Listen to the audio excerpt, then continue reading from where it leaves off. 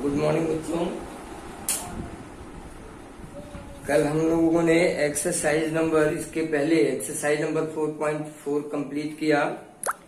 आज द्विघात समीकरण का लास्ट एक्सरसाइज वर्ड प्रॉब्लम पर आते हैं। वर्ड प्रॉब्लम पर स्टार्ट करते हैं इसको और देखते हैं कि कैसे हम द्विघात समीकरण बनाते हैं इन प्रश्नों को। पहला एक्सरसाइज नंबर 4.5 का क्वेश्चन नंबर फर्स्ट। दो संख्याओं का योग 16 है, उनके व्युत्क्रमों का योग 1/3 है, तो संख्या ज्ञात कीजिए। संख्याएं ज्ञात कीजिए। माना पहली संख्या x है, इसलिए दूसरी संख्या कितनी होगी? 16 माइनस x। क्यों? क्योंकि दोनों का योग 16 है और प्रश्नानुसार इनका व्युत्क्रम 1/x 1/16 minus x equal to 1/3।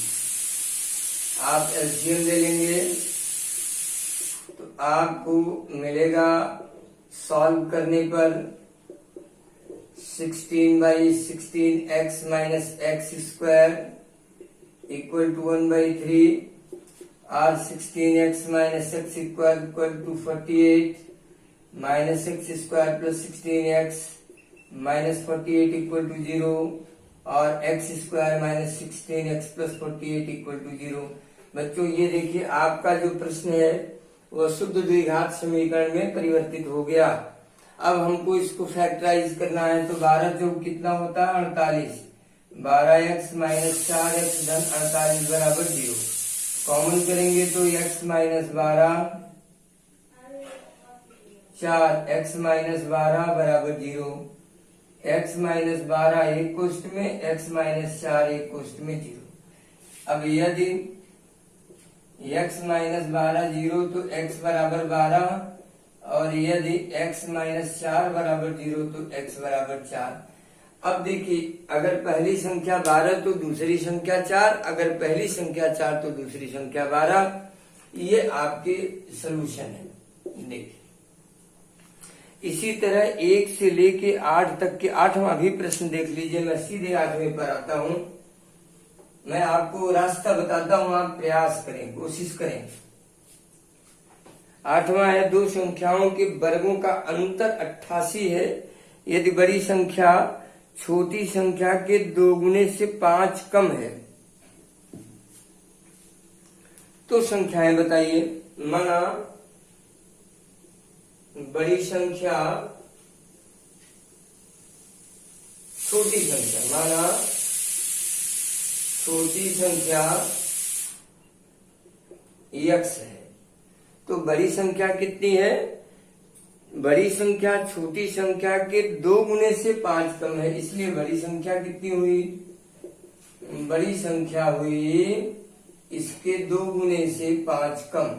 ये और इनके वर्गों का अंतर कितना है? 88। अतः प्रश्नानुसार 2x माइनस 5 का square minus x square equal to 88 आ गया। आप सॉल्व कर लें इसको। 4x स्क्वायर प्लस 25 5 दूनी 10 दूनी 20x minus x square equal to 88। 4x square से 1x स्क्वायर निकल गया। 20x धन 25 माइनस 88 बराबर 0। माइनस 20x एंड माइनस 8 में से 5 गया 3, 8 में से 63, 0 कटेगा नहीं। अब आप फैक्टराइज करेंगे तो 7 गुणे 9 गुणे 3 तो 7 त्रिक 21, 9 त्रिक 27, 27 आ जाएगा। 3x square 27x plus 7x minus 63 बराबर 0। 3x कॉमन तो x minus 9, 7 common x minus 9 बराबर 0। फैक्टर आपका मिल गया 3x धन 7। अब यदि x माइनस 9 0 तो x बराबर 9, और यदि 3x धन 7 बराबर 0 तो x बराबर माइनस 7/3। ये संभव नहीं है, संभव नहीं, इसलिए छोटी संख्या हो गई 9। तो बड़ी संख्या कितनी हुई? बड़ी संख्या हो गई 2 गुणे 9 ऋण 5, 9 गुणे 18 में से 5 गया 13। ये देखिए आपका आंसर। तो इस तरह आप शर्तों के अनुसार जो है प्रश्न को बनाएंगे। दो संख्याओं का, आइए चौथा सवाल देखते हैं। ऐसे बीच बीच से मैं सॉल्व कर रहा हूं, बाकी आप लोग प्रयास करिएगा। आज मैं तिलक उत्तरीय प्रश्नों को हल कर रहा हूं केवल। चौथा सवाल, दो संख्याओं का अंतर 5, उनके व्युत्क्रमों का अंतर 1/10 माना। पहली संख्या x, इसलिए दूसरी संख्या अंतर कितना है? 5, तो दूसरी संख्या होगी 5 धन x। इसलिए प्रश्नानुसार इनके व्युत्क्रमों का अंतर मतलब 1/x minus 1/5 plus x equal to 1/10 ये दिया हुआ है। फिर आप एलसीएम लेंगे 5 plus x minus x 1/10, 5/x square धन 5x 1/10, x स्क्वायर धन 5x बराबर 50, x स्क्वायर धन 5x धन 50 बराबर 0, x स्क्वायर धन 10x minus 5x minus 50 0, x common x plus 10, 5 common x plus 10 बराबर 0। फाइनली आपका फैक्टर हुआ x प्लस 10, x माइनस 5 0। यदि x प्लस 10 0 करोगे तो x का मान माइनस 10 मिलेगा, ये संभव नहीं है। किंतु यदि x माइनस 5 0 करोगे तो x बराबर 5, इसलिए पहली संख्या तो 5 हो गई और दूसरी संख्या कितनी हो गई? 5 धन 5 बराबर 10। ये आपके आंसर है। तो इस तरह आप प्रश्नों को करेंगे। पांचवा दिया है, एक संख्या तथा उसके व्युत्क्रम का योग 17/4, तो संख्या ज्ञात कीजिए। मान लीजिए वह संख्या x है। माना संख्या x है, x है, इसलिए प्रश्नानुसार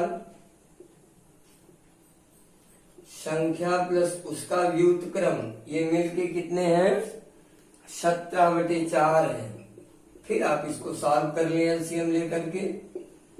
यही द्विघात समीकरण बनाने का नियम, क्रॉस मल्टीप्लाई।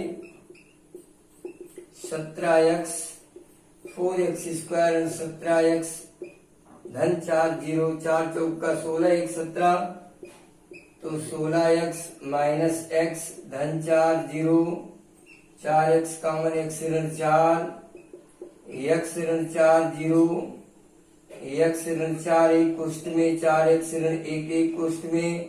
अब यदि x ऋण 4 0 तो x का मान 4, और यदि 4x ऋण 1 0 तो x का मान 1/4, दोनों सही है। अगर आप संख्या को 1/4 लेंगे तो उसका व्युत्क्रम 4 होगा, और संख्या को 4 लेंगे तो उसका व्युत्क्रम 1/4 होगा। दोनों स्थितियों में आपका प्रश्न सही होगा। और आइए कुछ क्वेश्चन देखते हैं।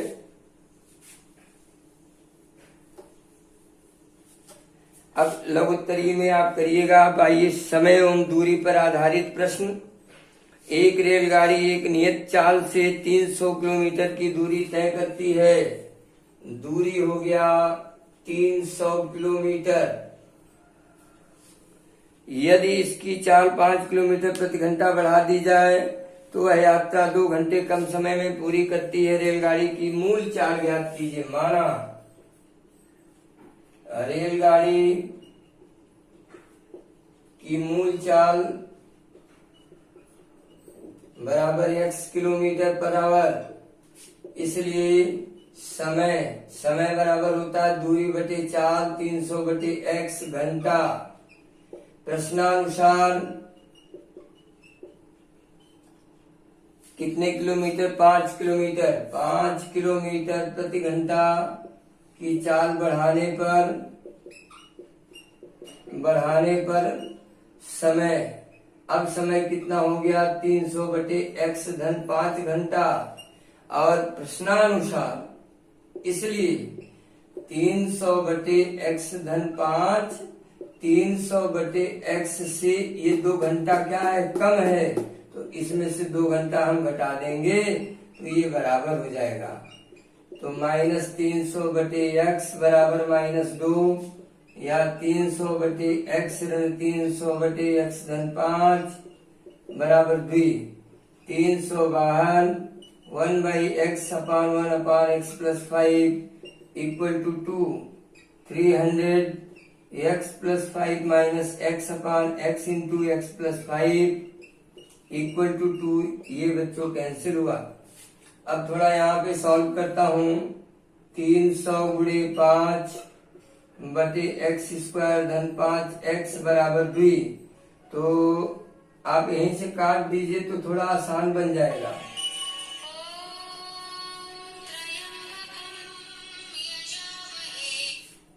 हाँ सर जी, प्रणाम भैया। अरे अब है तो बहन घर ही बाटी अब निकल।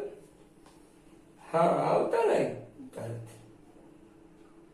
कुछ नहीं, वही सब कुछ नहीं, वही सब पूरा हुआ कर देते। जो पूरा हुआ हुआ, नहीं तो अभी 2-3 बच्चों का बचा है तो अभी चल रहे हैं। आया है अपना व्हाट्सएप पर, कोई भर उठ के चले आएंगे। हाँ तो आइए 9:30 तक आइए, 9:30 तक हम भी।